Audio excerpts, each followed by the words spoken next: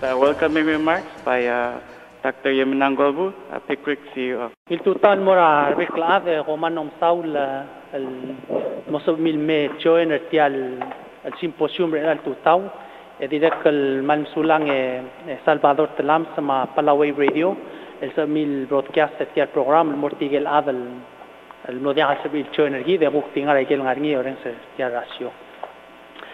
Sera el 2017 tiang 17th anniversary ra Palau International PICRC Center es el togoil dor olbang atial 17th anniversary awase people first through conservation. Tiang amal clo tutlel es el bebida time godobes el wasea kidar at ul mogdamru la tora conservation. Ndiagada sal mal lwaseng قدمرو لا تقرا conservation غير الامراندو غير لانيكل غير الكيدار سيا تيمرتيال 17th anniversary را سنتر اديرك سيا اول مغاني تيجي السيمبوسيوم لدورو لا تقرا conservation and غير always remember was at the end of the day conservation is about people conservation غير benefit را ادرابلو مالدو مغاني امسو الوايجا يد الدولو أساس سوسيو إيكونوميك قد مودا دورا أدرابلو يوغيرا ودسويل يومس الواسنغرا إمباكت رجالو لورا conservation المورا أدرابلو مغمالونغي لارنغود النصب المونيتي السيمبوسيوم الالسيلس سيرا ديسمبر انغوك ملانغي سلوان اونديبل الغوك مل فوكس اجل تورا إيكولوجيكال أو اجل تورا ريسيرش را انغيل مامراند الآن كوك فوكس الألسيل سايل أدرابلو ما ودسوير أدرابلو ما غورا تغورا ودوتو تغورا إيكانومي so mal masaula bekla de I hope mongila discussion mongila presentation etiang el alsil sengora al togora mrigele gado sengora bittersweet ngora ungila ngud ndige gora kitar ngud le tial project al clolom su globangela University of Ryukyus Palau Community College coming to an end March next month nya mumrek tial 5-year project so el actor tiang agora agora mal only yesterday agora mal dimle few years ago agora mal nemre del mumrek aigal 5 years and together and los do a lot of great work together nanya amlo a lot of people I'm also really learn new things and then we have two staff that were able to get their masters through this program so malungi larungu del gidel tial program kida tial gigam lomregal signed tial agreement el gidel tial DNA lab gidel ngara PCC so kadam dingel wasa Aurora drongale la PCC ma PICRC Center continue and then nagdosiga role legi the my University of Ryukyus hook continue Aurora in the future lenga Aurora milgat mok lek klolu Aurora mok emne toka ngil result ngi mel alsil se kadam mormeng sa abebi legi the result mo mal masulang beklat domu ra symposium legi. Thank you, Dr. Golbuu. We'll go ahead and start with our first speaker this morning. It's going to be from Nakamura Sensei. He's from the University of Ryukyus, and he'll talk about the project PICRC. Good morning, everyone. I'm Nakamura from the University of the Ryukyus. On behalf of all the PICRC project conducted in Palau for last 5 years, I'd like to express my sincere appreciation for all the collaborators in Palau and all the people we had good contact, and thank you very much. I'd like to briefly explain the project framework here. So we call this project PICRC. The reason why we call it PICRC is like a shorter version of Palau Coral Reef Island Ecosystem Project. The project is being supported by JICA and JST in Japan and also in Palau. The purpose of this project was to have research results enhance the capacity of conservation of island ecosystems in Palau. And during this project, we had many collaborators in Japan and also in Palau. PICRC and Palau Community College has been conducting researches in collaboration. And during this project, we roughly have 5 major components: the environmental change, coral monitoring, biodiversity, socio-economic evaluation, human resource and development, and public awareness. For each component of the researches, for example, for environmental change, we had environmental assessment, environment experimental systems for testing the impacts of environmental change. For example, we extract the interaction between marine environment and organisms, or some impacts of climate change, as well as the local stresses on coral reefs in Palau. For each component, we targeted several themes and tackled the questions to try to enhance the knowledge and the capacity of the conservation of island ecosystem in Palau. And in the last 1 year, we came up with some ideas on the prioritized protected area, or the ideas to enhance the capacity of conservation in Palau. As some may know, we did a symposium in last December. During that symposium, we presented some results from environmental change, coral reef monitoring, and biodiversity components that together came to ideas of further strict local management of local stresses and constant monitoring reporting system to cope with the environmental changes expected in the future. And we came to the idea for marine protection plans that should be including Nico Bay, marine caves and outer reef walls and so on. But at that time, we didn't have a very, very important components: socio-economic evaluation and human resource development and public awareness part. So today, we will have a very good opportunity to share those results and recommendations together. So I hope you will all enjoy and can go take some important messages from this symposium. So that's all. Thank you very much.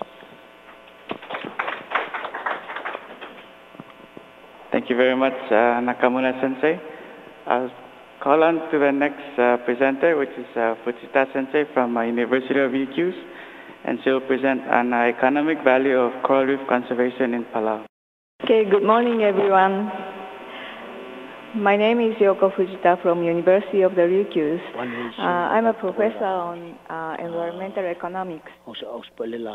Southern tourism, self-valuing.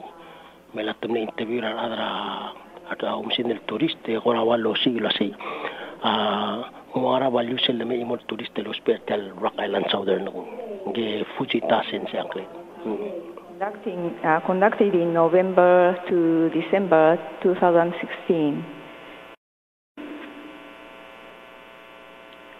Today's content is introduction, research background as introduction, and method we use this for this research, and the results and policy recommendation we got from this, the result of this research. So some people in Palau would rather preserve nature than seek economic development. However, others desire the economic growth by investment from abroad. This conflict between environment and economy is frequently happening not only in Palau, but also in other small islands in the world. For the right decision, we have to identify which is more important for our own communities, or how much values do they have. It is necessary for us to compare the profits from economic development and the benefits of environmental conservation. In other words, we need to discuss about environmental conservation and economic development under the same condition. Then we want to ask, can we express the values of environmental conservation in monetary terms? As a reply to this question, various methods for economic variation has been developed in environmental economics. And in this research, we aim to explore how much people appreciate the coral reefs and its conservation in Palau by contingent variation methods. This chart shows the categories of the economic variation methods for environment. All methods are divided into preference-independent methods and preference-dependent methods. These are the samples of the evaluation methods. CVM, contingent variation method, we use for this research.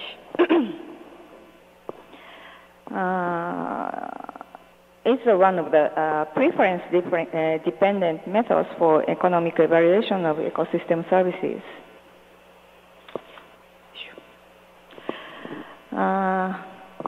It is a useful method, CVM is a useful method to estimate non-market values of environment by willingness to pay for environmental conservation.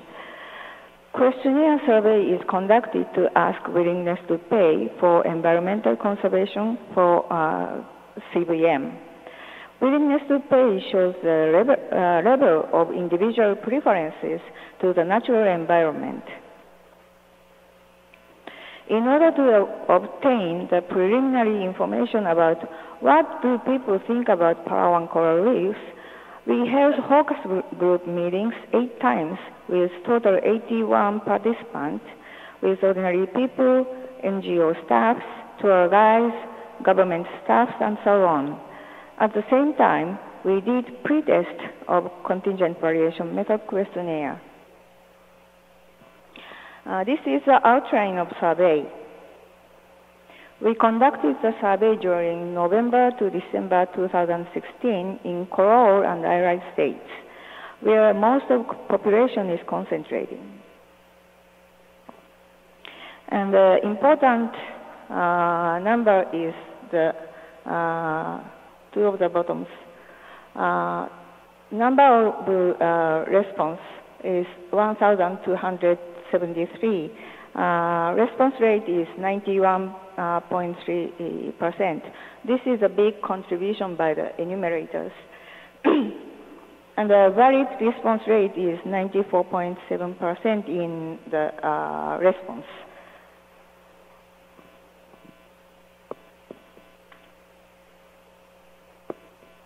As following the contingent variation method technique, we show the hypothetical scenario of future condition of coral reefs and conservation measurement. These pictures show the hypothetical change of coral reef condition in the Rock Island Southern Lagoon area with no conservation efforts for the next 30 years. We need scientific evidence to set this scenario, and Nakamura Sensei, Dr. Nakamura gave us some advices and about future condition of coral reefs.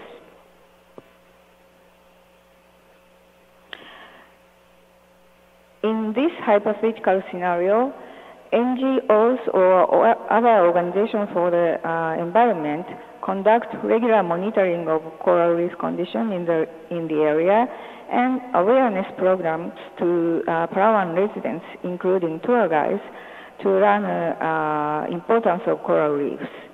Normally in CVM, researchers ask only willingness to pay.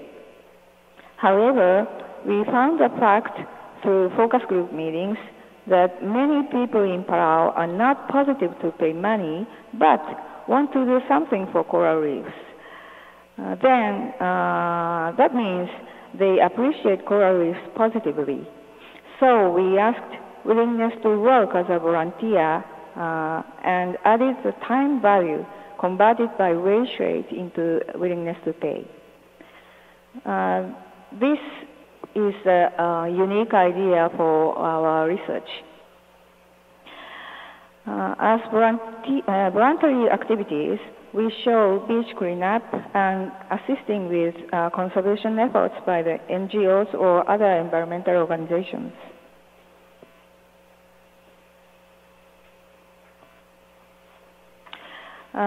This is how to estimate the total value. We obtain the data of willingness to pay and willingness to work. Willingness to work are converted into monetary term by wage rate.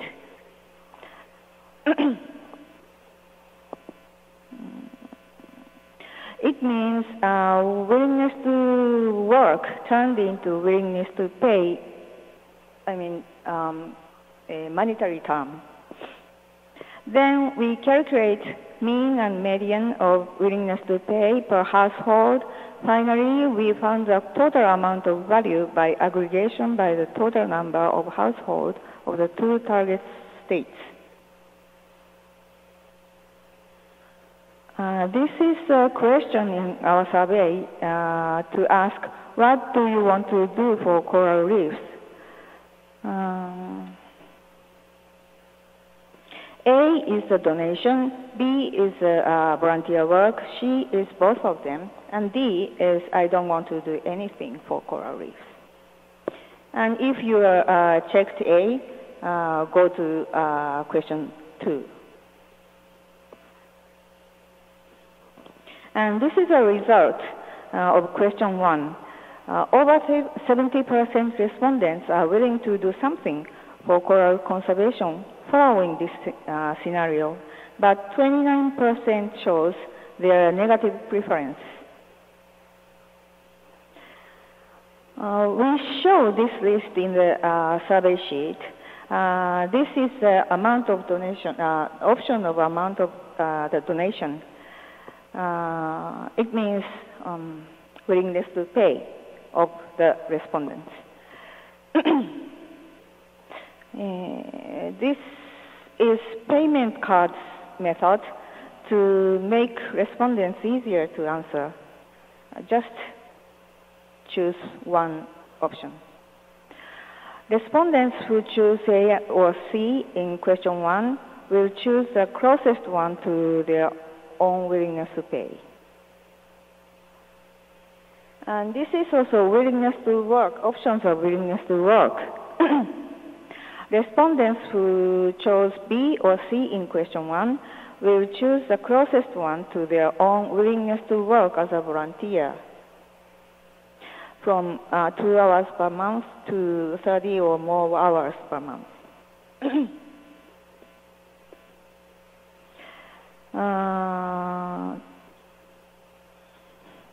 This graph shows the frequency distribution of each willingness to pay after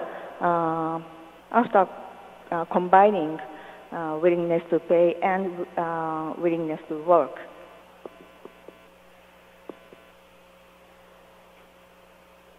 And this is a summary of results. Average,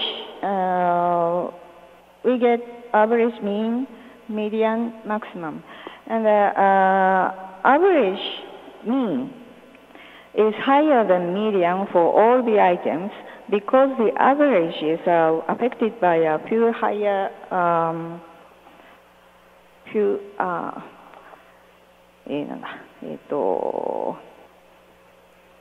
higher value.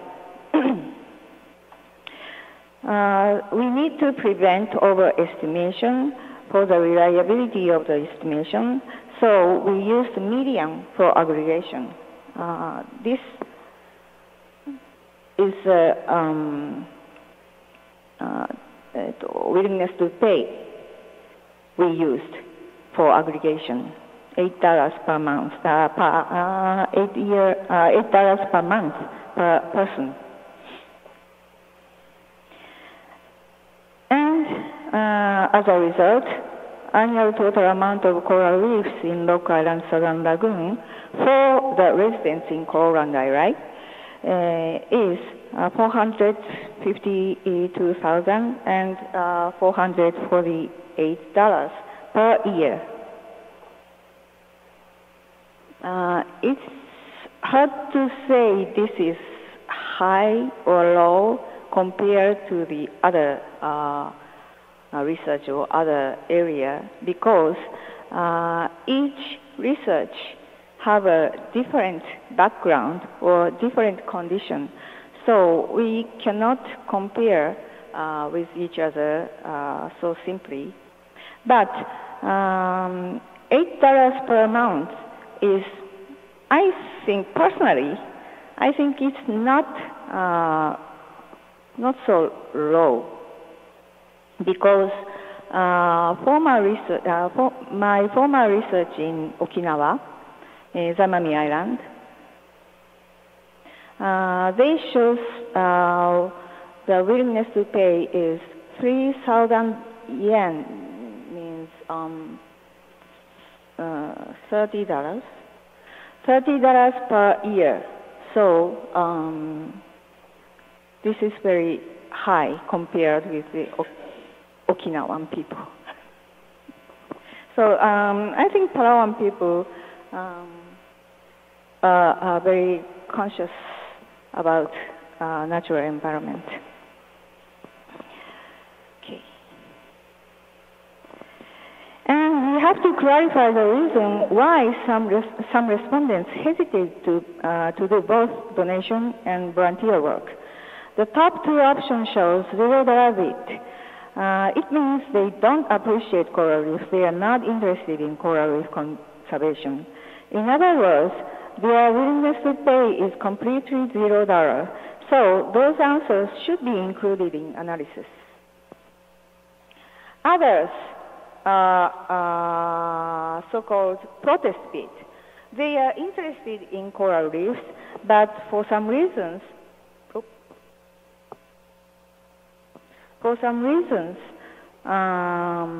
they don't want to follow the provided scenario in this survey sheet.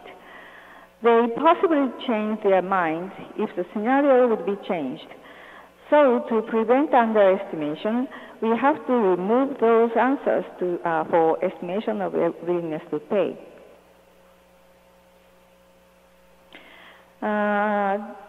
This graph is a distribution of the reason why you don't want to do anything for coral reef.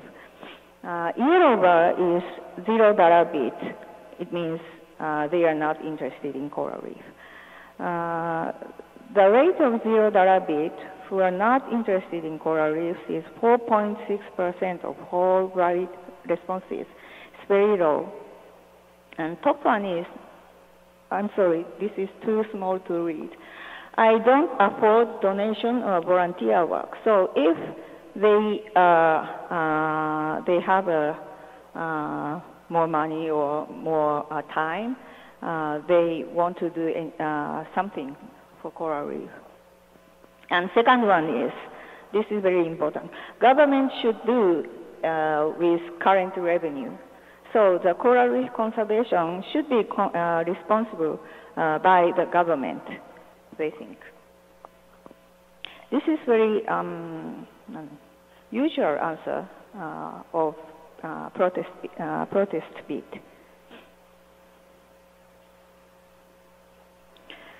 Okay, how to apply the estimated value to policy making? What is the social implication of this result? First, this result can be used as both benefit and damage cost by change of coral reef's condition.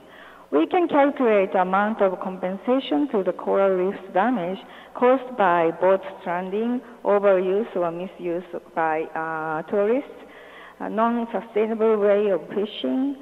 Then we can provide information for court or negotiation.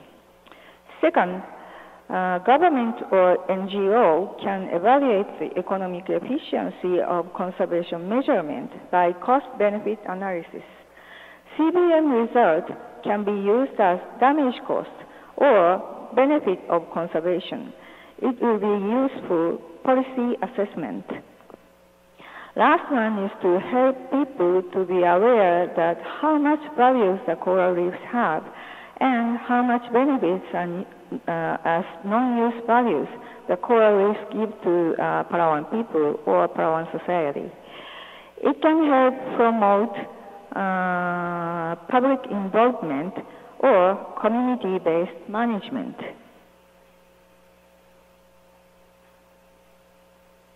Finally, we would like to propose some policy recommendations. First recommendation is to conduct evaluation of conservation policies in terms of economic rationality by cost-benefit analysis. The aim of this proposal is to improve conservation policy more cost-efficient and effective, and to identify priority among different policies. Priority can be identified by B by C, benefit by cost, derived from cost-benefit analysis. The second recommendation is to estimate values of ecosystem services in monetary terms by economic variation method for environment. The aims of this proposal are to obtain parameters for cost-benefit analysis and to provide objective indicators for appropriate decision-making about environmental policy and economic development, and to show how much the nature is important for Palauan people and to promote environmental awareness or education. For these purposes, it is necessary to conduct such a survey regularly in Palau. These are acknowledgements. I really would like to thank all the residents of Palau who kindly cooperated with this research, and also our wonderful counterparts. Thank you very much. That's all.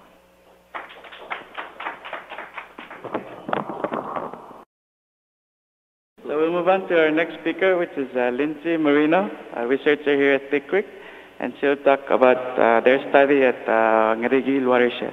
Good morning, everyone. So my name is Lincy Marino, as Victor said. This morning I'll be presenting on the Ngarigil Watershed, looking at the past to present conditions and the management within the watershed. So just a brief introduction on IRI and the watershed. IRI makes up about 251 square miles as one of the largest states up in Babeldav, with about 2,700 people living there as of 2005 census. I'm sure there's more now. The Ngarigil watershed makes up about half of the IRI's land mass and is made up of 6 sub-watersheds. And the Ngarigil watershed is used to provide water to about 99% of the homes in IRI and Kora State. So, as I said, there's 6 sub-watersheds, which is Ngarigil, Igorang, Marum, Adeng, and Oigul, and IRI. There's various pump stations within the watershed, and they're manned by PPUC in Adeng, Marum, and Ngarigil. So, as we all know, there's a big problem of degrading environmental conditions in IRI Bay, along the coast of IRI, due to unsustainable development and leading to sediment and erosions, and then, of course, declining water quality. So this is just a diagram of the sediment runoff. So up on the land, if you have increased urbanization with a lot of land clearing, when the rain falls, it carries the sediments and goes out to the water.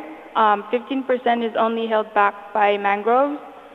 So the rest of the sediments, about 83%, gets flushed out into the ocean, smothering corals and seagrass and leading to poor water quality and, of course, poor coral reef. Okay.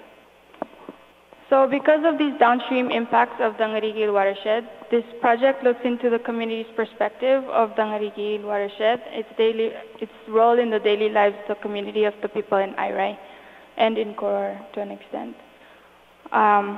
So within this study, our research question was looking into the current management of the Ngarigil watershed, and then understanding the community's perceptions of the watershed and its role in their lives. And then in doing this, I interviewed residents and policymakers to better inform the management in Ngarigil watershed, which is an important water source for us. So methods that I used was to interview.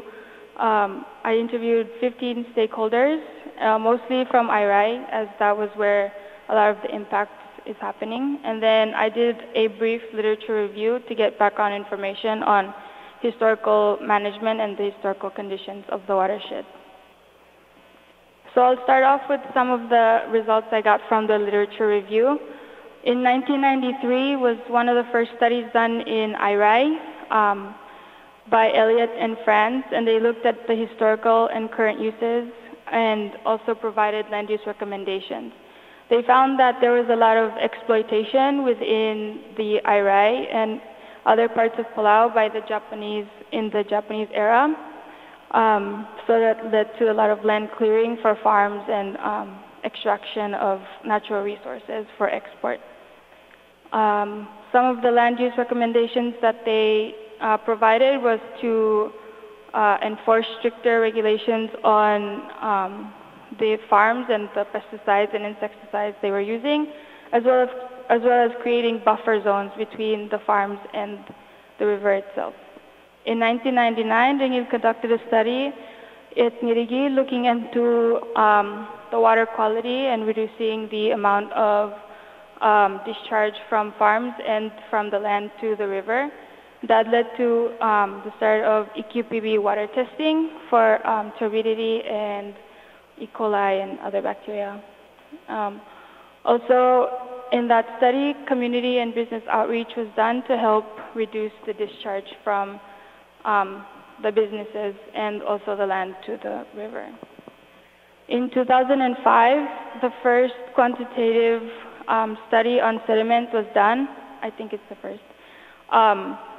And they were able to quantitatively tell us where a lot of sediments were coming from in the different parts of the watershed. And in doing so, was able to provide recommendations on what to do in those areas to help minimize the erosion and runoff. In 2012, there was the IWRM project conducted by Lina Thomas from EQPB in Ngarigil to promote integrated management practices and leading to improved water quality within IRI. That study led to the creation of the 5-year IRI watershed management plan, which was set for 2013 to 2017 to establish a management process to protect Ngarigil watershed. Unfortunately, though the watershed management plan was created, it was not able to be implemented at the time due to budgeting constraints. Okay, so moving on to the results of my interviews. So in exploring my data, I found 5 major themes occurring, and that was water use and water quality, the current condition of the watershed, physical impacts of the watershed, challenges in management, as well as awareness and outreach. So first, we'll talk about water quality and water use. Across the board, everyone agreed that the water was clean and treated and was safe for immediate use. However, I was told by a lot of my respondents that the residents in Ngarigil are still not getting clean water most of the time, clean and treated water, which in my readings I found was a problem existing since 1999. So that points to a very big problem. Water use, of course, we use that for everyday use, drinking water, cooking, laundry, shower. And then, of course, everyone was aware that it was pumped and distributed by PPUC. As for the current condition of the watershed, there were some mixed statements, some saying that it was dirty and there was no management. Others were saying it was clean and well managed, which points to some misunderstanding with what a watershed is and who is managing or who is supposed to be managing it. Some of the physical impacts that were mentioned, there were many different answers, but they all pointed to one big thing, which was unsustainable development of the land, such as housing projects, land clearings, farming, using unsustainable practices, which eventually leading to erosion and sedimentation, and then the lack of wastewater management, or little. Some challenges in management. There was little to no management from the state level, even community level.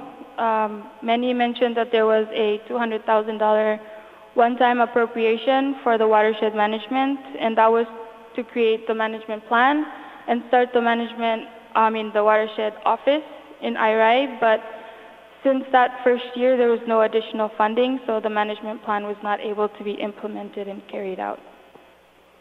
There was a little to no community involvement.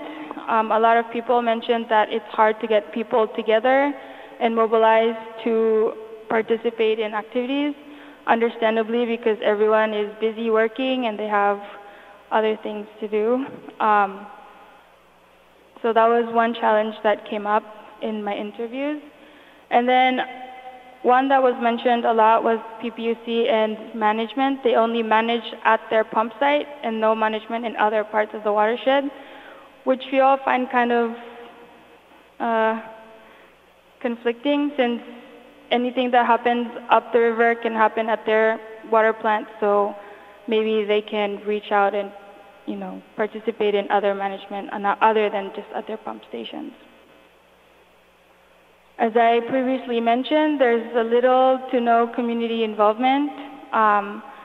So over the years, there have been projects such as site visits, invasive species eradication, tree planting, cleanups in IRI, in the watershed, but oftentimes they said that it was difficult to get a lot of people involved due to this notion of providing incentives for people to come.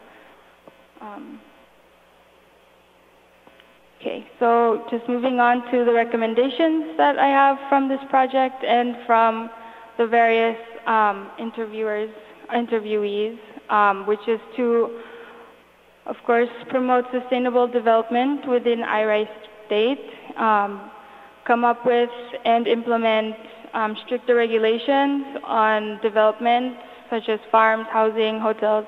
And these are not new. These have been recommendations that have been going on for ever since studies in Garigila have been coming on, but kind of slowly happening. Better management of land activities. I know there's a lot of tourism activities going on now in IRI, like like Fish and Fins was mentioned as doing their off-road tours. Of course, that tears up the land, it just leads to more erosion to the ocean and the river. Deforestation should also be kept at a minimum. Community-based management is one of the objectives of this study, was to help kind of facilitate a community-based management scheme. So we think that maybe the state government should take a lead in programs like this, engage with women and men's groups, as well as traditional leaders to help facilitate this kind of program. And then also maybe promote school activities and maybe incorporate watershed conservation and management within the school curriculum, and also to try and promote the value of volunteering to the community to kind of start community involvement. One big recommendation that came out from a lot of my interviewees was the need for stormwater management systems. I know in IRI now I see these big ditches. They dig like 6 feet squares just before it goes out to the mangroves, where it catches all the sediments. So that's one method, but right now our current system, we have ditches that lead straight out to the mangroves, and these not only carry water, but carries the trash and sediments from the land after a big rainfall. So I think that better stormwater management system can help reduce this sediment erosion and pollution to the oceans. Finally, just final recommendations for the national government. Maybe because Ngarigil watershed is meant for two of the most populated states of Palau, PICRC and PCC, that they should maybe prioritize watershed management, maybe help them in some sort of monetary form to the watershed office in PCC state to help manage it properly and conserve it for us, because we are using the water. That is our only main source of water. So for PCC and core state governments, maybe seek opportunities to protect and conserve the watershed, as well as to reach out to the community and mobilize actions towards management. For PPUC, I think that they should also prioritize watershed management and take the lead in managing at the Ngarigil watershed, not just at their pumps, but somewhere in other parts of the watershed. That's it, and thank you very much. Kita mutun momen malai broadcaster kita ngatela PICRC Gelbodorense niya Kaoruko Miyakuni. Tourism and town planning. So today I'm going to show two basic studies for sustainable tourism. I hope I have time, but okay. So this is Palau. We have lots of tourists coming during the last five years. The number of tourists has about 100,000, but when PICRC, our program started, it went up to about 120. And then when we did the study about residents' attitude in 2015, it hit the peak of the tourism, about 163,000. So it went up a lot during the last 10 years. And then when we did the carrying capacity study, it's about 138,000. And then now, from the peak period, the number of tourists has a little bit decreased. So we don't know what's going to happen. But and then, as you can see, this green one is the number of Chinese tourists. So due to the increase in Chinese tourists, it really increased the tourist number. And then the market of Palau tourism has been among Japanese, that is blue one, and then the red one, South Korea, and then ROC, Taiwan, and then now China. So in the carrying capacity study, we looked at the Japanese market for now. And why do we need tourism carrying capacity, and what is tourism carrying capacity? The concept of tourism carrying capacity arises from the perception that tourism cannot grow continuously in a particular region without irreversible damage to the local system. So we need to look at carrying capacity of tourism. And the concept of carrying capacity has its origin in 1960s.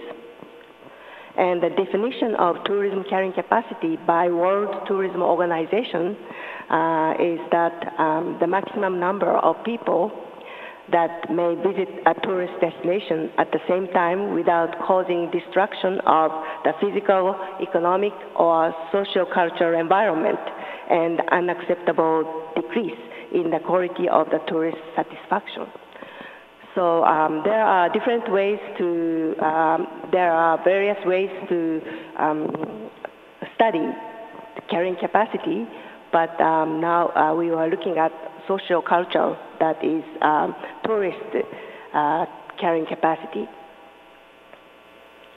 And purpose of the study is to know Japanese segments' perception of crowding at major snorkeling, diving sites, and marine recreational sites. So what we did is a survey in April to July 2016. And the questionnaire consisted of 53 questions. And questionnaires were discussed and refined by natural science PIs and social science PIs, principal investigators, and tour companies. And then most of the questions is 5-point Likert scale questions for the people to estimate whether there are too many people on the other hand, and then there are a few people on the other end. And 1,500 surveys were distributed to Japanese tourists by Japanese tour companies, such as Impact, RITC, and Dolphins Pacific. And we got about 629 were collected. And then the response rate came to 42%. And then these are tourists, so we gave some souvenir of $5 amount, kind of a Palawan cookies, as an incentive to fill out the questionnaire. And then the method that we used is a descriptive analysis. So the survey questions went like this. So please indicate how crowded it was with each of the following locations where you visited. So circle one response for each site you visited. And I put for snorkeling sites like the Paradise, Cemetery Reef, and Fantasy Island, Big Drop-Off, German Channel, Clump City, Turtle Wall, all those places where tour companies takes tourists. And the result came out like this. In the literature of tourism capacity, about too many visitors and many visitors combined can be indicator of too many people. So as you can see, the blue and red part for Paradise Cemetery Reef, that is one of the popular sites, and more than about 50% of people perceive that there are many people on the site. And then in Big Drop-Off, this is also the very popular site, about close to 40% perceive that it is very crowded. And for German Channel, when you look at the green one, the light green part is the right amount, and then people are not feeling that this place is so crowded. So overall, all the snorkeling sites they visited, they don't feel that the snorkeling site is so crowded. So that's what we got for snorkeling sites. At Cemetery Reef, we often see lots of boats gathered there, and then a lot of people kind of kicking corals. So that is also a concern. And this is like the Big Drop-Off. And for diving sites, we also asked the question, like, please indicate how crowded it was with each of the sites you visited. And then the blue corner, as you can see, the blue and red one combined, at German Channel, people perceive that, about 50% of people perceive that there are many people. And the next one would be blue corner. Over 40% perceive that there are too many people. For Coral Garden, the gray one, when you look at it, people think that there are right amount of people. So this place does not have much problems. So diving sites such as German Channel, and then diving sites such as Blue Corner.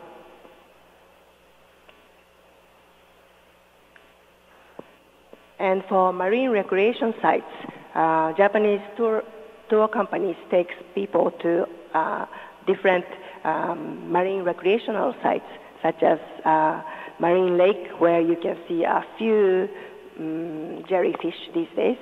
I mean, the jellyfish is closed, so Japanese tour agencies take some tourists to the lakes, or marine lakes, or the area where you can see a few jellyfish. So that's the first one. And then Gardmouth Falls, Long Beach, Kayangel, and Long Beach Omokan, and Milky Way. So the most crowd,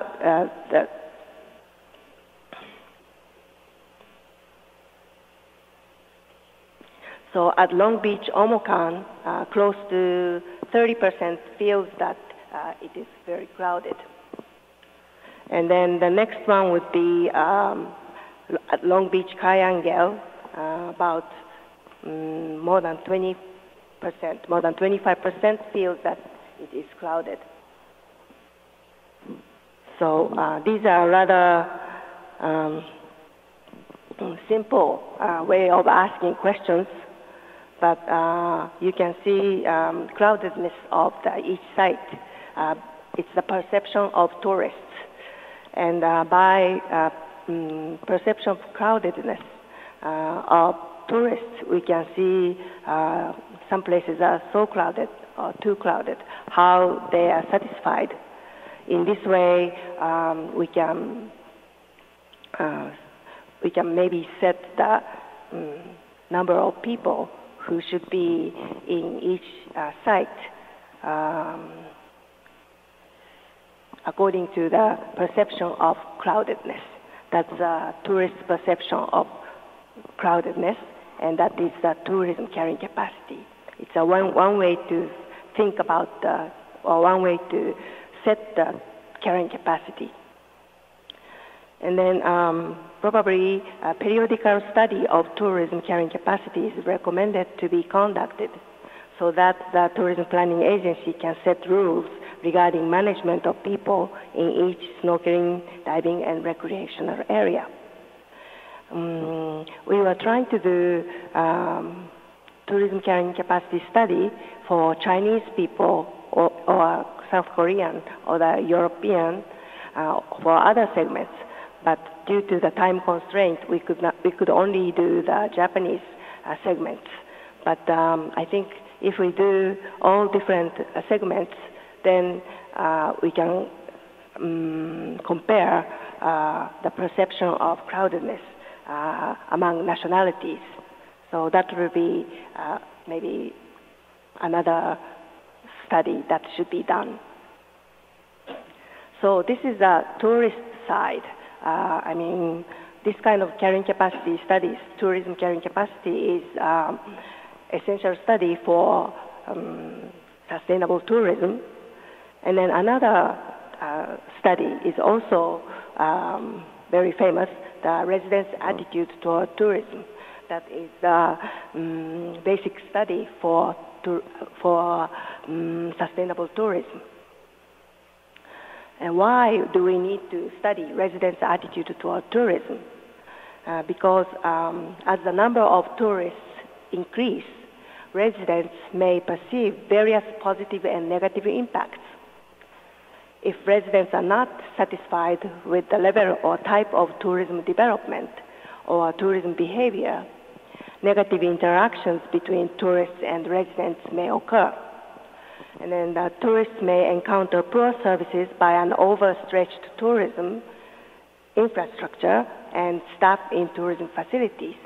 So we need to manage residents' perception of tourism.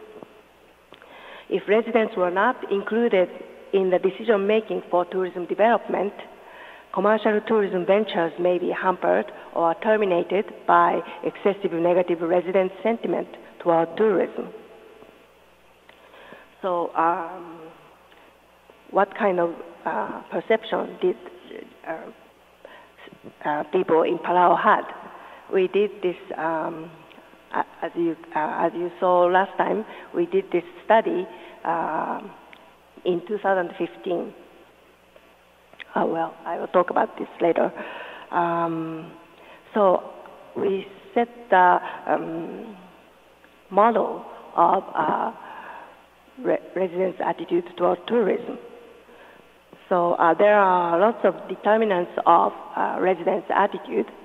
One of them is ecocentric attitude. That's like environmental attitude. And then community attachment, personal economic benefits from tourism, and residents' utilization of tourism resources.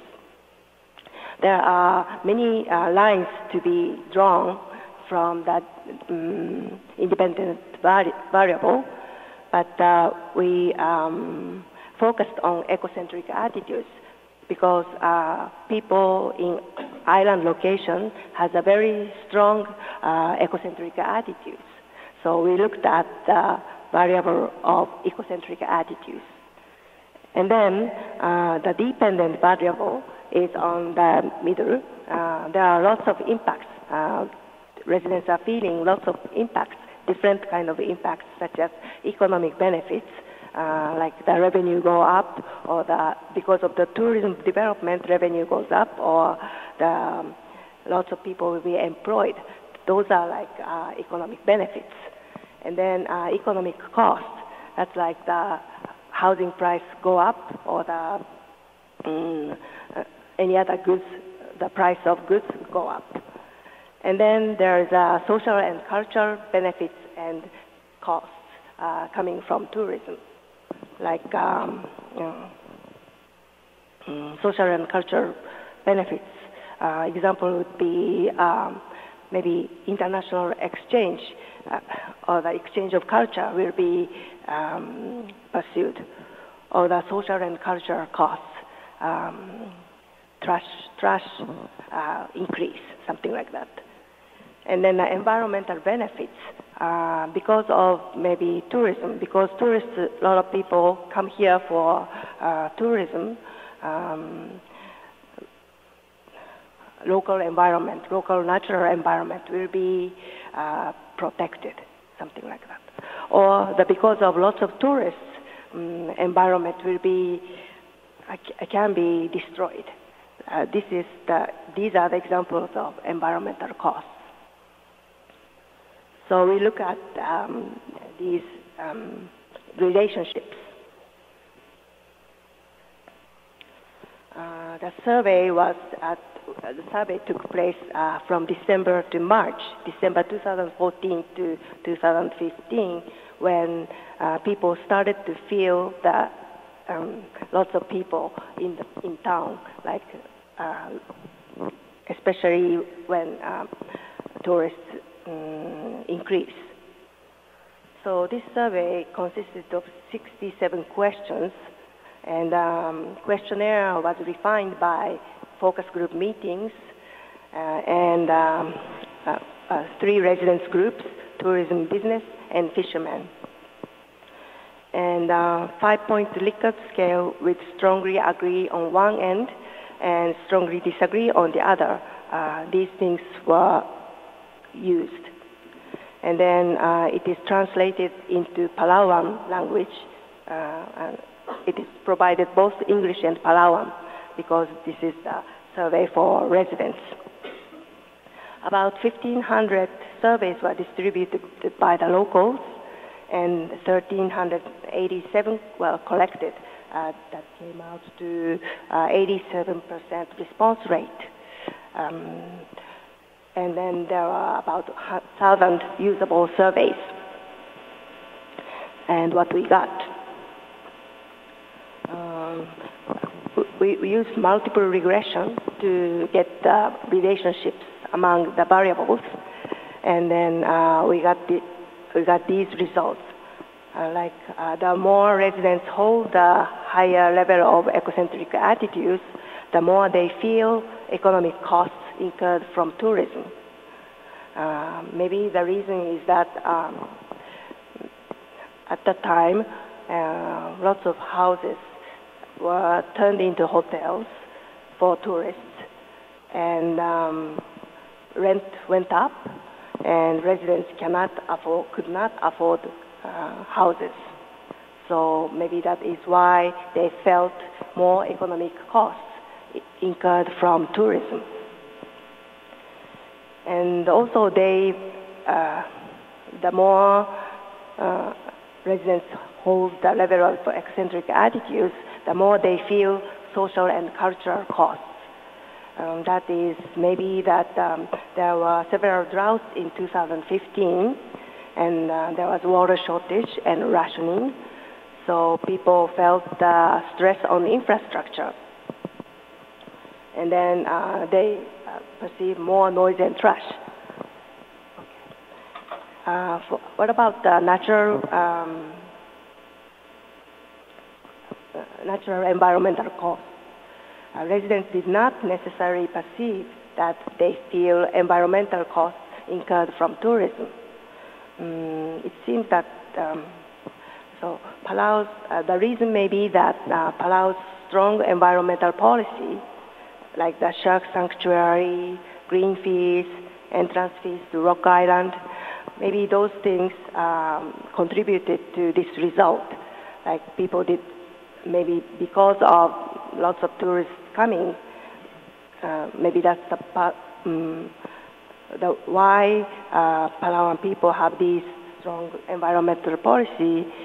Part of the reason is that there are a lot of tourists, and a lot of tourists come here to look for the natural beauty of Palau.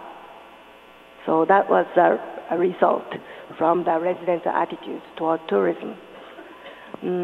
I did the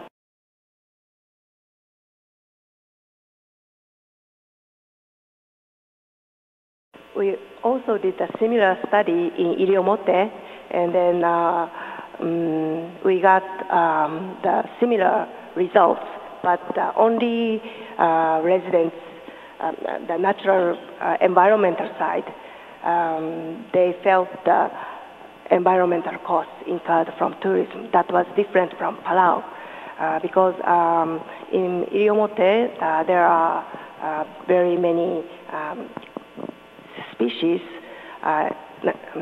specific species, but they are kind of threatened by the tourists. So we got different results for that part.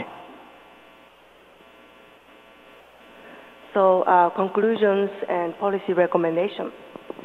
Testing the relationships between determinants of residents' attitudes toward tourism and various tourism impacts variable is extremely useful in delineating the problems of tourism development. And to proceed with sustainable tourism and gain support for tourism development, tourism governing agencies such as Bureau of Tourism and Palau Visitors Association are recommended to monitor residents' attitudes toward tourism periodically. Thank you very much.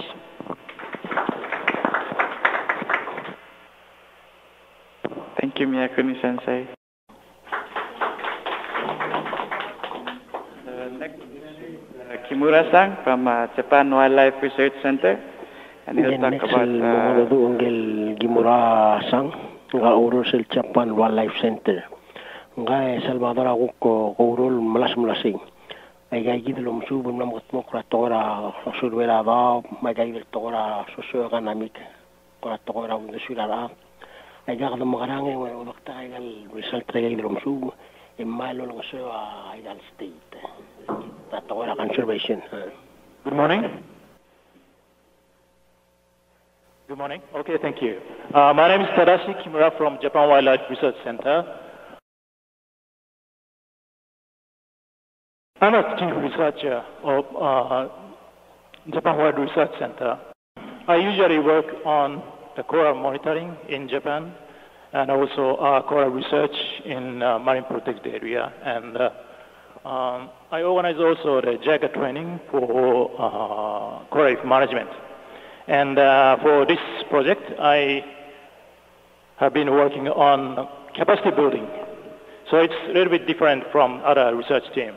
So we try to build a capacity on coral reef management in Palau. So I'll talk about what we have been done during the 5 years, and then what we like to recommend to your side after the project, right? So the contents of my presentation is 4, project structure and activities and recommendation and acknowledgement. So project structure, as Nakamura Sensei, Dr. Nakamura mentioned, so we have a PICRC project. It's a 5-year project. And we have many biological research team and also the socio-economic team. So we are focusing on capacity building.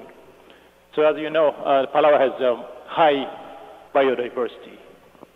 See, this is the map of the Pacific Ocean, and Palau is just close to the center of coral diversity, the coral hotspot. So Palau has a lot of different ecosystems, barrier reefs, channels, lagoon, fringing reef, atoll, seagrass bed, and marine lakes, deep lagoon area, and estuaries. So you have so many ecosystems and pristine. So you have a good environment, coral reefs. So to protect your high diversity, you have a very nice system. That is PAN. You know PAN? It's a Protected Area Network. It's a national system of protected area enhancement under the PAN Act. So this is the official system to enhance marine protected area, and supporting state governments on management based on the management plan, and to protect high biodiversity by PAN coordinator and rangers and conservation officers. So that is one big important tool to manage the coral reef in Palau that you have. So you have a Protected Area Network office, and they work with the state government, and the state government, once they register their site as a PAN site, the PAN office provide a fund to manage this environment. So once state government get money, fund from the PAN office, PAN fund, and they hire PAN coordinator, rangers, conservation officers to do some monitoring and management activities to protect this diversity. So that is a very nice system you already have.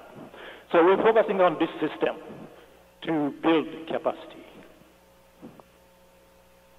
So our project goal is that the capacity of sustainable management of coral reef and island ecosystem is enhanced.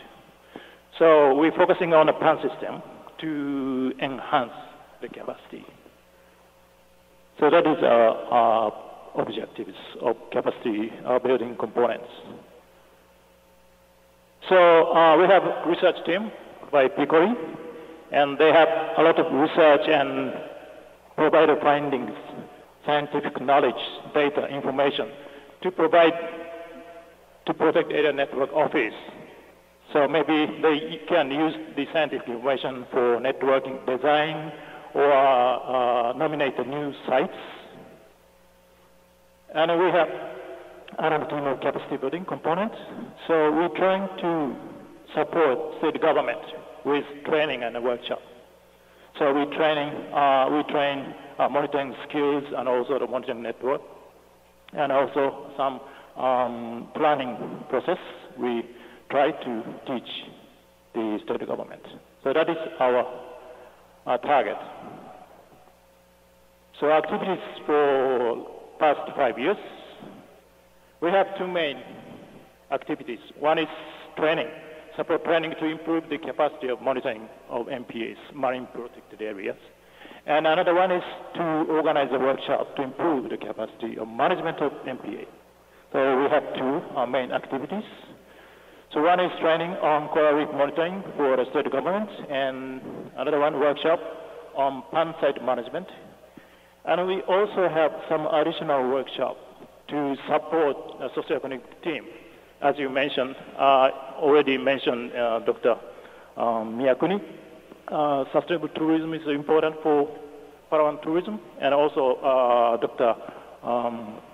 Fujita mentioned economic value of coral reef. So we try to, the capacity building component, try to follow up the findings from socioeconomic team to have some workshop to discuss the economic valuation and also sustainable tourism. So we organized 2 workshops for these teams.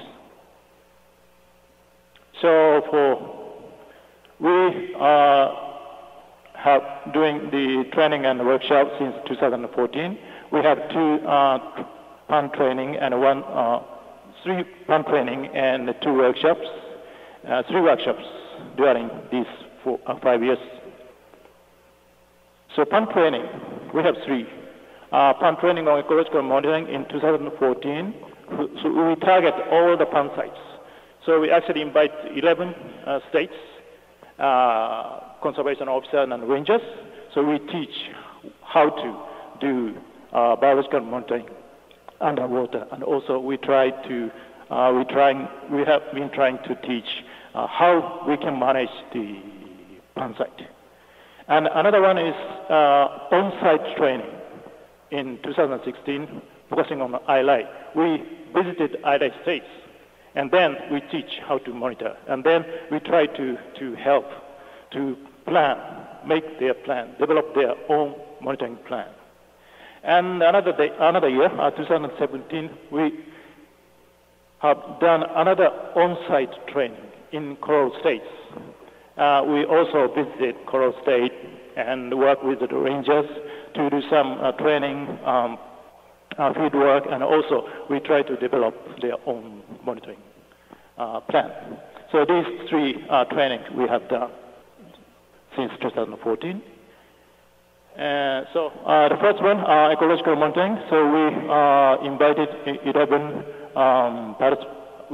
states, conservation officers. We have 2 weeks training, and so the output is enhancing monitoring skill. So most of the participants enhance their skills, and also we found out we still need for more training for other rangers, also other states. And the second one, ILI states on-site training in 2016. So the output is their own monitoring plan. And another one is coral states on-site training. So these 3 training we have. And the plan workshop, we conducted a 2-day workshop in 2014 to find out what is the need from the state government and what is the gap between the plan office and the state government's capacity. So we find out what they need to support, to be supported. And additional workshop, we organized 2 workshops. One is on economic valuation in 2016, and another one is workshop on sustainable tourism in 2017. So the workshop on economic valuation, as Dr. Fujita mentioned, so you have actual price of coral. So how we can use the economic valuation. So we try to discuss how we can utilize the economic valuation, how we can use the price of coral reef. So we have 2 days, and we invited EQPB, coral states, and PBA, and Bureau of Tourism, and coral state government, and we produced 2 output. One is a roadmap of compensation, and another one is roadmap of marine spatial planning, that based on economic valuation. So the one of the output is roadmap for the compensation scheme. So Dr. Fujita mentioned we have a price on coral reefs, how we can use. So if the fish grounding or oil spills, your coral reef was damaged, so how we can do it? Maybe we can find the company and we sue them how much we can expect to pay for that coral reef damage. So I think we can use the economic valuation as a key to calculate the value of the damage to reef, and then we do some environmental impact assessment to make some negotiation with the company. So that is one of the way to use the economic valuation. And another one is marine spatial planning of coral. So during the workshop, we find out the economic valuation is a real nice tool to negotiation with the developer or land users. So as Lincy mentioned, the Irai state has some problem on the land pollution for the lagoon area, so we can use the economic value to negotiate with the landowner or some area in the coral states if they have some pollution. So we try to stop the pollution from the land. So we can use, hey, this coral reef has a lot of value, so $2,052,000 for year. So we can use this kind of economic value to negotiate with the other stakeholders. So that is the one of the output from the workshop, roadmap for marine spatial planning for corals. And another workshop on sustainable tourism we have done in 2017. Another recommendation from Miyakuni Sensei said sustainable tourism we should implement in coral states because we have a lot of tourism and tourism has an impact on the coral reefs, so how to negotiate with the tourists. So the workshop on sustainable tourism, we invited Reef World Foundation and PCS to facilitate the workshop, and then also we target to the PBA Bureau of Tourism, Belau Tourism Association, and private also dive operators. And we got the output from the workshop is that the framework on sustainable tourism. So during the workshop, we demonstrate the green fins approach. The green fin approach is one of the UN environmental program, and this is a partnership between UN program and the dive centers. It's kind of a certification. So the green fins provided some materials for education for tourists. And once the dive operators register the green fins, they will be provided the materials for education and then used for tourists. So don't touch the corals and also don't throw away any plastic materials in the sea. So that's kind of environmental educational material they provide. And then once they use it, so they certificate it by the green fins. So that is the system of the green fins. So during the workshop, we agree with introducing the green fins approach in Palau. So that is the one result from the workshop. So the recommendations, I almost finished, sorry, 10 minutes. And findings through training and workshops. During organizing the training and workshop, we found out there are still needs for support on monitoring for the state governments, and also there are still needs for support on site management, and there are still needs for support on improving incentives of the state governments for pond site management. Sometimes the ranger and coral conservation officers are very keen to work on the management, but sometimes they have difficulties because the understanding. So government, state government, sometimes does not understand how their work are important. So there is some kind of needs for support on improving incentive of state government. So that is our findings. So maybe you need more regular training, and maybe you need more regular communication and consultation for the state government. So our recommendation for one, to develop regular training scheme for enhancing management capacity on site managers of state government. maybe regular training for rangers and conservation officers on ecological monitoring and socio-economic monitoring and enforcement. And another one, regular training for PAN coordinators for reporting, site management, and planning. So these are two regular training we recommend to do under the PAN scheme. So maybe PCC could implement this kind of a regular training curriculum, or training course, and PICRC and PCS can provide materials, ideas for develop this training. So that is first recommendation. And so we support the PAN coordinator and ranger and conservation officers.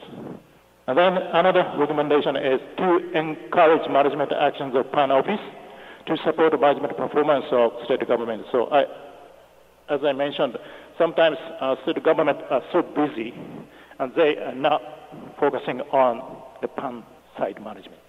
So maybe on-site mentoring or consulting by the PAN office can improve the incentive of the state government. And also evaluation of management effectiveness and also coordination for nationwide management. So our team is recommending to the PAN office to do this kind of activities to support, to encourage management actions. So that is to our recommendation. And the recommendation from the additional workshop. So we have two additional workshops, economic valuation and sustainable tourism. And we have some small recommendation. Maybe from economic valuation workshop, we recommend to develop a compensation protocol for accidental reef damages. So now we can use the economic value that Fujita-san already calculated. And she also mentioned we can do other assessment with different methods. So we can compare the result, and then we can try to develop the compensation protocol. And another one, to apply marine spatial planning to prevent land-based pollution like IRI states or coral states. So that is two recommendations from the workshop. And another workshop, we recommend to apply Greenfin's approach as a tool for sustainable marine tourism. But I think actually PCS and the coral states already applied this Greenfins, and they already started. So for the compensation and also marine spatial planning, maybe PICRC will be leading these two activities.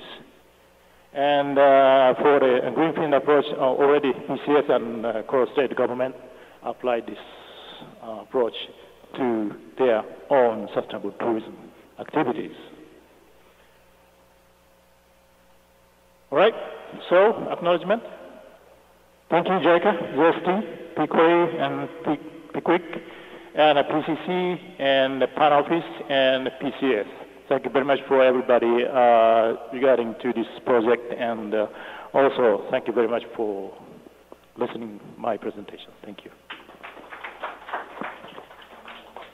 We've reached the end of the program for the presentations. So to end our program, I'd like to ask the representative of JICA Palau office, Miyata-san, to come and deliver our closing remarks. Thank you very much, introducing MC. Yeah, ladies and gentlemen, first of all, let me express congratulations having this kind of seminar of social science information and recommendations for coral reef management in Palau, based on the 5 years research with PICRC and PCC. This is a final large event of the project, I think. PICRC project has continued since April 2013 for 5 years project. Now we have almost come to the final scene of the project. It is my pleasure to attend the closing session of this seminar, presenting the project recommendations and outputs of the SATREPS project. During the project implementation period, the P-CoRIE project has produced several outcomes, including academic researches and research results, as well as such social restorations as proposal on the legal establishment aiming at marine resource conservation. Those two phases can be said the core parts resulted from the project. One of the fine results from the academic research in the project, supported by JST, both JST and JICA, shall be a familiar book launched last December with the title Paradise of Nature. In terms of the education to the public, not only of younger generation in Palau, but also a huge number of tourists from outside of Palau, I surely feel that that book shall be very useful and friendly to those who would like to know Palauan nature as it is. I have to mention many academic papers from the view of natural science have been published by the researchers in the project. On the other hand, social restorations of outputs from the project shall take a longer time because it needs Palauan government effort and dedications. I believe it will be realized not so far in the future with the full trust